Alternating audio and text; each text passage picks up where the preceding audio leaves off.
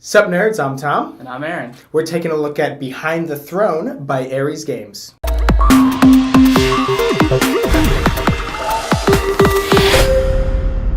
First thing I'm going to say, this is not a Game of Thrones ripoff. That's not a joke, it's a joke. It really has nothing to do with Game of Thrones. It doesn't even look like it at all. No, there's no like characters that are exactly like Game of Thrones.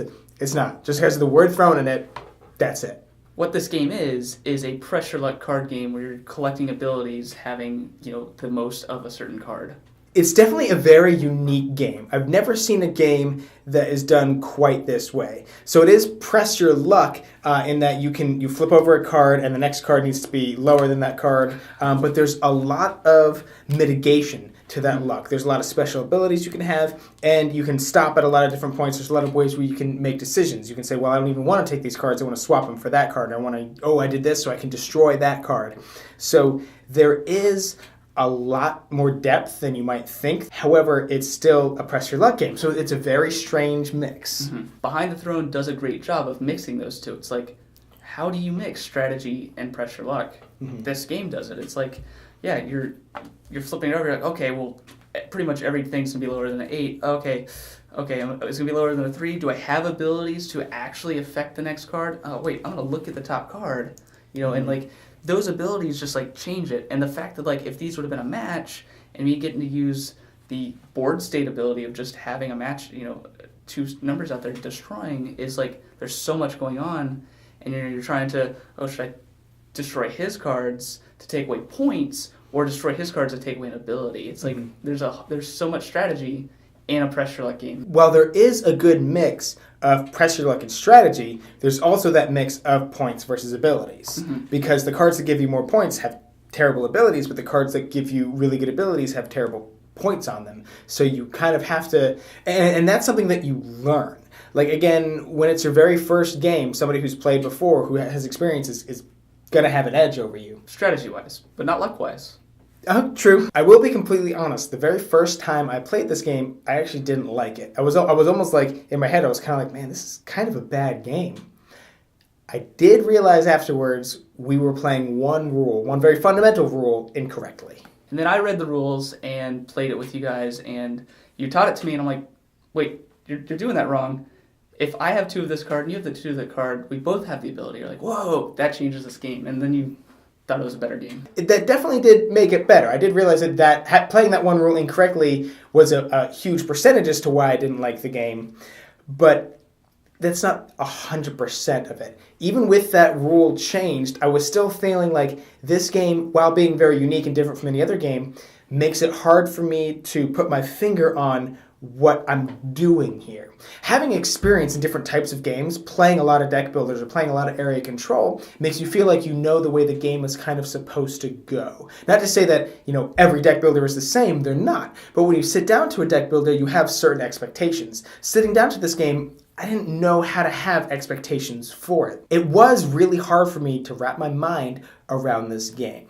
When I came into this game, all I knew about it was pressure luck. And I like pressure luck games like Zombie Dice and Flip City and stuff. They're fun, I'm just like, I'm pretty lucky. Let's see, dang it, just kind of move on. Or, with this actually having the abilities, it made it like, stepped it up a notch. I was like, I'm going to press my luck a lot. But then once I get an ability, once I'm like, okay, my luck's kind of running out, let me use an ability to change my luck a little more. I like that. Like, it's fun to have games in your collection that aren't 100%, I've played this game a bunch, I'm going to win. It's nice to have a game that anybody could win just because it's their lucky day. The more experienced player understands, which abilities are better than others, but it definitely could very well be that somebody just top decks their win. And I think maybe that was probably the biggest problem for me, is that I feel like the game couldn't decide whether it wanted to be a pure luck game or a really heavy strategy game. Because mixing those two, it's like, I'm going to build the best tableau of cards in front of me that I can, and yet that still might not work.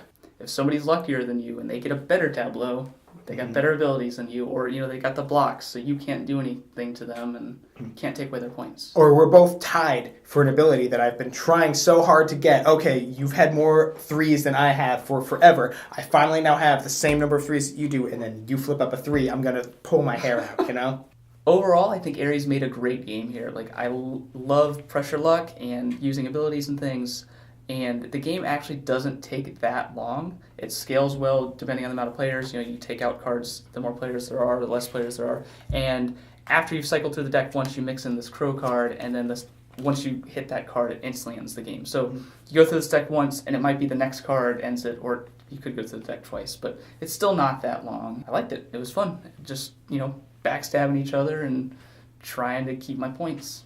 I am a little wishy-washy on this game. There have been times when I played this game and enjoyed it, and times when I played this game and kind of felt defeated.